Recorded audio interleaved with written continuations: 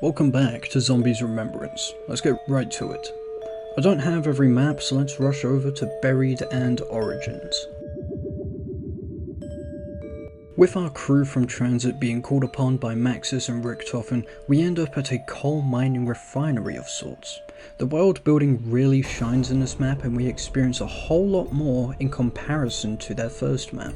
If you want to talk about spawn rooms, this one is my absolute favourite. Instead of buying a door to another room like you would in other maps, you simply jump in a hole and uncover a buried western town. But before you can do that, you have the standard Stein room weapons, you know, the M14 and Olympia, but there are a set of broken stairs that allow the player to pick up the LSAT for 2,000 points. So after finishing spawn, you enter the town. It's a classic western from films such as The Good, the Bad and the Ugly, but with a twist. The main fact is that, obviously, it's underground, beneath a mine, with a whole area to explore, including the church, community hall, gunsmiths, bank and a saloon, all with different purposes, including more crafting items. The trample steam, which flings both the player and zombies away, the head chopper, which can be placed either on the floor or the wall, and it will constantly cut away, and finally the subsurface resonator, which is basically a subwoofer from a Honda Civic that you find in car meets.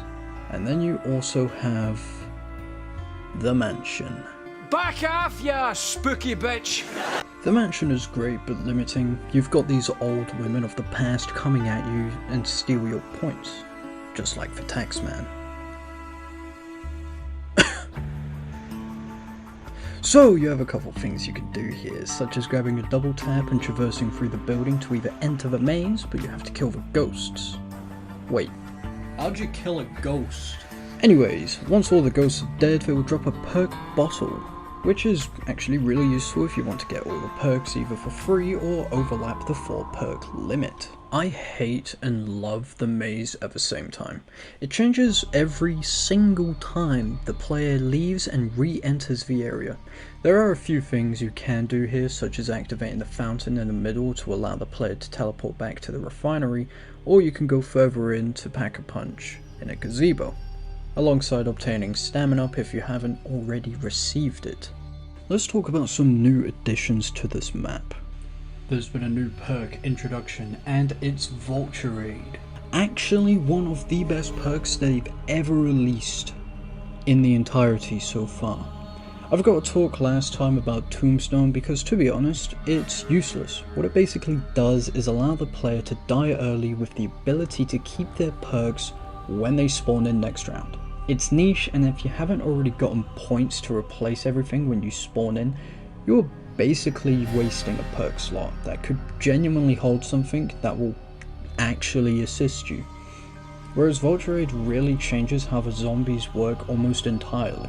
Some of them will have this green mist surrounding them, and upon killing them that mist will lay dormant, giving the player an opportunity to jump inside it and mask themselves from zombies overall. It also has these extra thingies that they drop, such as point pouches and bullet piles that refill, you know, your magazine and all this other reserve stuff. And it's also very useful, believe it or not.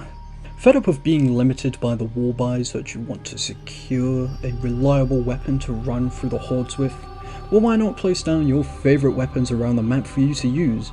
Going into the gunsmith building will allow you to pick up a plethora of war-buy weapons such as the PDW and AN-94. This is great for the player if they decide to pack-punch one of these guns, since you can refill ammunition to keep firing instead of waiting on a max ammo. There are also a few new wonder weapons. Let's get into it. The original ray gun is great but unreliable. The splash damage still exists and that can make or break games early and late. What if we mixed burst fire with no splash damage but just as good with damage output? That's the Ray Gun Mark II, a fantastic upgrade to the stock ray gun we've been running with for years at this point. So having a change of pace with a completely different version is fantastic. The Paralyzer is also amazing. Slowing down zombies and earning points while you do so just feels so rewarding. Not only can it slow zombies, but it can slow Leroy as well, alongside allowing you to essentially fly around the map, going to hard to access areas if you haven't gone through the doors or barriers already. Not even joking, the time bomb is probably the most balanced and broken mechanic at the same time. You can drop one of these bad boys at any point and can be used for a variety of actions.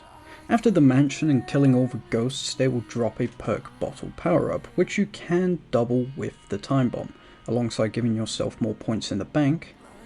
Now, while I admit I played with Lewis on this map and it was fairly difficult to use outside of those purposes, especially when everything was going to hell and I was confident, only to end up dying from the ray gun splash damage, Lewis has bullied me since. Skinny, tall, and kind of brain dead. We love this redneck that sits in a cell until we arrive and force him to do our bidding. You can convince Leroy to do a multitude of activities using candy and booze. Let's do a quick fire round with these. With the booze, Leroy will run in the opposite direction you give it to him. This is primarily to remove any debris that may lay in the way. This will earn the player some points, getting higher if the distance run is longer. The candy, however, is a lot more viable. When the candy is given to Leroy at any point without being close to a certain trigger point, he will simply enter a fit of rage, attacking the zombies for a limited time. He straight up flings them around, being a living flogger that moves. If you give Arthur the candy next to the mystery box, he will lock it in place for the rest of the game. It will never move. If you use it at an empty box location, Leroy will grab the box and bring it to that spot. Leroy can also re-roll the box if you get a gun you don't like. Crafting is made easier as well, and by easier, literally all you have to do is get Leroy to go next to a crafting station, give him some candy, and he's on his way. Arthur will also carry a crawler for as long as the player needs, meaning you don't have to worry about the zombie bleeding out and changing round. You can also get him to kill it if you shoot or melee him.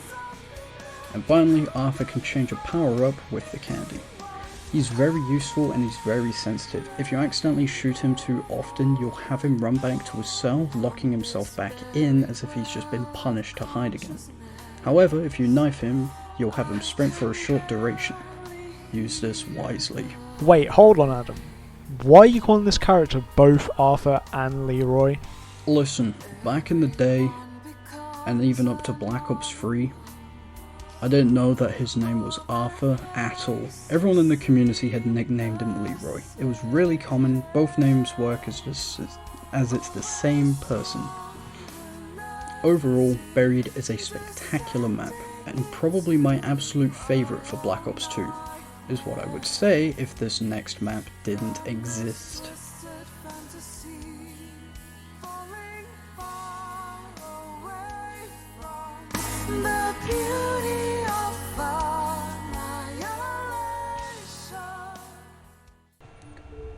World War I, 4 familiar faces, but wait, they're younger, fresher and less smelly in comparison to their older counterparts. We have finally reached the biggest changing point in the entire zombies storyline, that being involved with the multiverse theory, and a lost little girl. The characters are different and retain their roots in terms of how they end up together. Richtofen is no longer a Nazi scientist. We experience a completely different version of this character, a lot more serious, and has this demeanor that gives him a more scientific outlook on Element 115 and its experimental properties. Despite his current situation, he is found in the laboratory removing Dr. Ludwig Maxis's brain. Dempsey, the designated American soldier sent to northern France to spy and intercept Group 935 and their plans on winning the war and understanding what they have planned. This will change when the zombies attack. Now he is forced to stick with this crew to save the world. Takeo is similar to Dempsey. He's sent to northern France to gather intelligence on Group 935 and their progress with the new developments they have made to win the war. Once again, zombies attack and he is forced to assist Richtofen to save Samantha and secure a better future. Nikolai is a man with many regrets, being abandoned by his own people but still requested to follow suit of Dempsey and Takeo into looking into the enemy's war machines. He will stay loyal and do what he must. This is until he learns that the present will have to wait to save the future. Let's talk about the map and its main locations. You start with the obvious starting room being the laboratory, where we find all of our crew members finally meeting for the first time. The classic introduction plays out following from the trailer and introduction you see if you play solo, where the giant robot lifts its foot up and allows the player to now move around. You already have a few things you need to do, such as collecting one of the 2 shovels in that room, turning on the generator which acts as power and allows Pack-a-Punch to operate, collecting Max's brain in a jar and deciding which door to open to proceed. Generator 2, or Tank Station as it's formerly known, doesn't have a whole lot going on for it at the beginning. It has the stone tablets that need to be cleaned for the Easter egg. It will also hold one of the shield parts and a blue disc. Generator 3 has another shield piece, speed collar, and not much else. Obviously the box is at every named location on the map, and it will either spawn at Gen 2 or Gen 3. This route will also allow the player to enter the Fire Cave, which can obtain the gemstone for the Fire Staff, which can be used for the Easter egg if wanted. Generator 4, located on No Man's Land. The generator itself has Juggernog, which you'll need immediately for certain reasons. Next to it is the Wind Cave. Just like Fire, you can enter here to go to the Crazy Place to obtain the gemstone. It also has a crafting station. This is the most common place where the shield can be built. Gen 5, Stamina can be found here alongside the Lightning Cave. Another shovel can be found here if you're playing in a party of 4. Alongside being a generator, it is one of the few places you don't want to get stuck inside when training or getting overwhelmed in general. Generator 6 is probably the most important generator in the entire game. Remember that dirty tablet you picked up? Well, now you have to clean it, and this is where you do so, with melee kills. Then you return to the tank station to claim G-Strikes, a monkey bomb-like grenade that will distract zombies to the location where you drop it. It also has the ice cave, and it holds a spawn area for the tank. Oh, by the way, did I mention the giant robots? These thick boys can be spotted every now and then over the map, each possessing a part of the Wind Staff, which is also used for the Easter egg should you choose to do so. Not only do we have these giant fellas, we also have a new boss zombie. Oh, can you hear it? That iconic sound blasts on round 8. You can either stand and fight, or run and fall. Sock guy, mate, what the fuck are you doing? What do you mean? I'm reading the script you sent out. Duh! I did not ask you to. I just wanted to ensure the script was acceptable. Well, it would be more accepted if you had a little more diversity. Like the mention of a sock, perhaps. You know? Appeal to the sock nation. There's a billion What does that mean?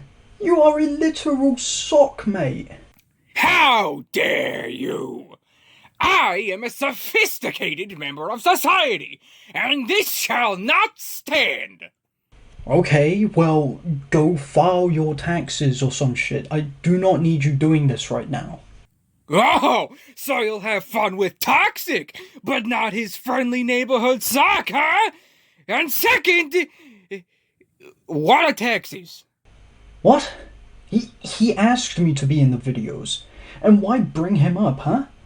You came over crying, and I told you to move on.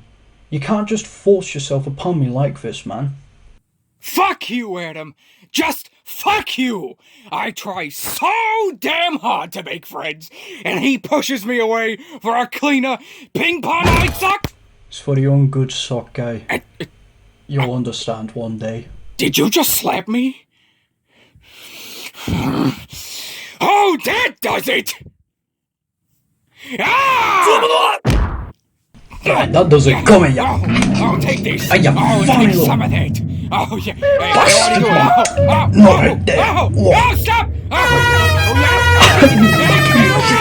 No, not there. No, anywhere but there. Hey, off, stop you yanking. don't. Stop pulling my eyeballs. They're not supposed to come off. Here, let me put my thumbs. Take some. Right there.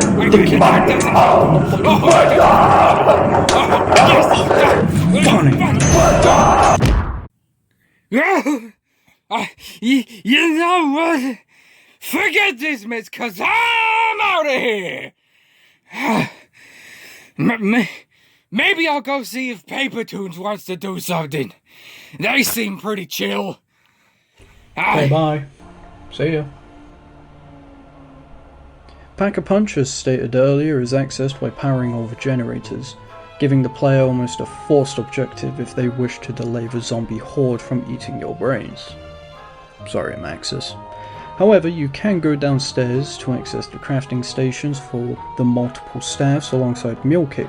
It's also where you can upgrade them with the strange pillar that hangs above with levers placed around. You can summon an orb that you shoot with a staff and return to the crazy place to collect kills to upgrade it. You'll also find statues behind the staff, You'll find statues behind the staff pedestals that once again you'll recognise that you are playing as one of these heroes.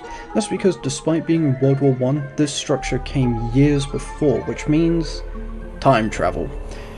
Which we have experienced before with the best zombies map of all time. Kino der Toten Black Ops 1. The crazy place is a small training area with the layout changing right before your eyes. It's almost a labyrinth of moving stone pillars and walls that surround you and the zombies alike. You need to come here if you wish to upgrade the staffs and complete the Easter egg. However, I've seen some people use this space as a viable camping area to get on high rounds. Just like with Buried, there are a fair amount of wonder weapons involved with this map. Let's get into it. To begin with, there are 4 staffs overall. They all do different things and you can upgrade them.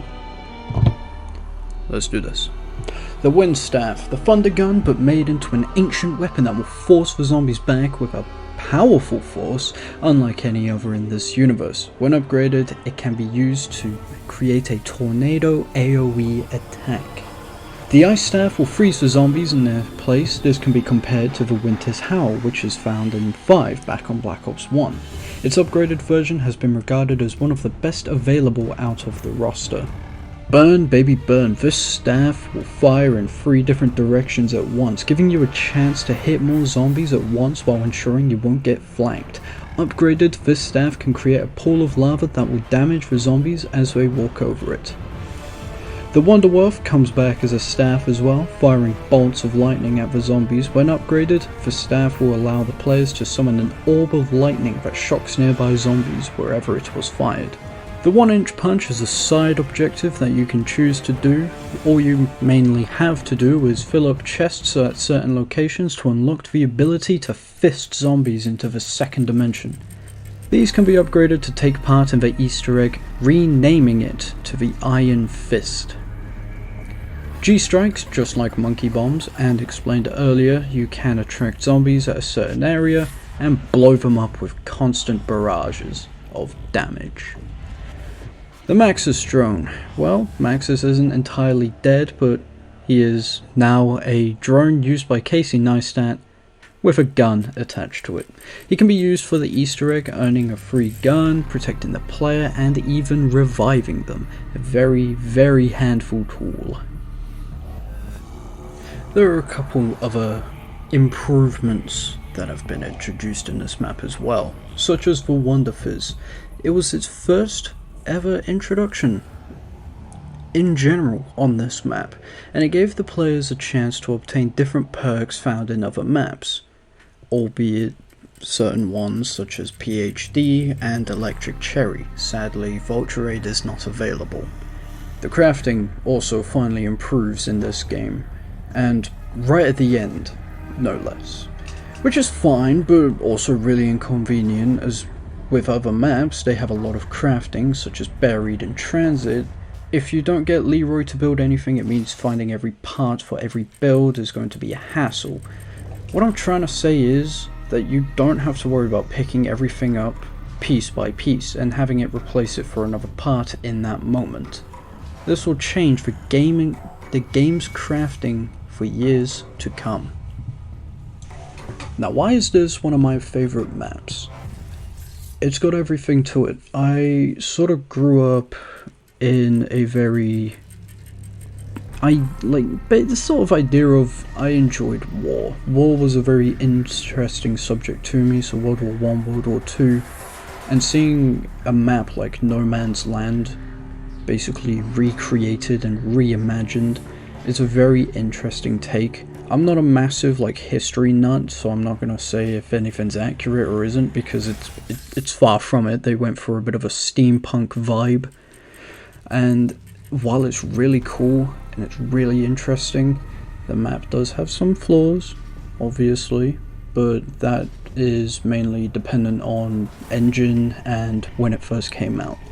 The map is too much, such as Call of the Dead. You know, it's way too much for this game, and if they released it for Black Ops 3, it would have been massively different, because this was a year, if not two, before the PlayStation 4 had come out, and I did kind of hope that Origins for Chronicles would have been just as good, but they obviously changed a few things, and you can't get the same perks, you can't get some of the same weapons you used to, and you know, some glitches that you use for the Easter eggs, such as the fire staff on the pedestals, like switching them 4 times.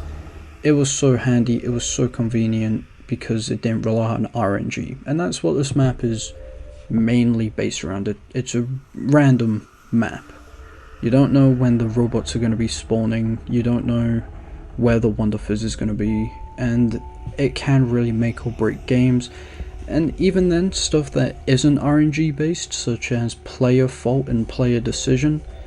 If you're playing in a game of 4 people, if you placed a gramophone somewhere, please make sure you pick it up, put it down in the wind tunnel. That's the usual strategy that is very commonly used, if I'm correct.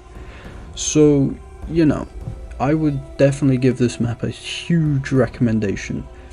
Buried is my favorite in terms of standard survival. It's just better than bare bones, and it gives the player, you know, a lot to explore and enjoy. Buried is also beautifully aesthetic for its western themes. Same goes for Origins, where it's a nice war and gritty theme, and this map is more of a challenging aspect rather than a casual aspect.